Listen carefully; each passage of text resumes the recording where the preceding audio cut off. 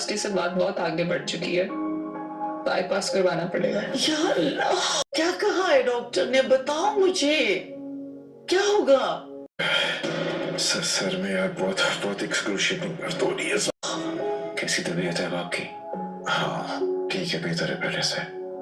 मैं ले गया उनके पास। बिलाल का बचना अब काफ़ी ज़्यादा मुश्किल लग रहा है क्योंकि इसकी तबीयत अब काफ़ी ज़्यादा बिगड़ चुकी है और डॉक्टर्स ने भी इसे जवाब दे दिया है कि वो इसको नहीं बचा सकते। वहाँ पर समीर और मिनाल की दोस्ती अब दोबारा से गहरी होती जा रही है और समीर भी इस बात का खूब फायदा उठा रहा है कि मिनाल आजकल उसामा से दूर है। अब मिनाल तो समीर की जाब लगवाने की भी कोशिश कर रही है, लेकिन यहाँ पर समीर के घर वाले इसकी शादी किंजा के साथ करवाना चाहते हैं और वहाँ पर समीर है कि वो दोबारा से मिनाल के साथ ही इश्क लड़ा रहा है।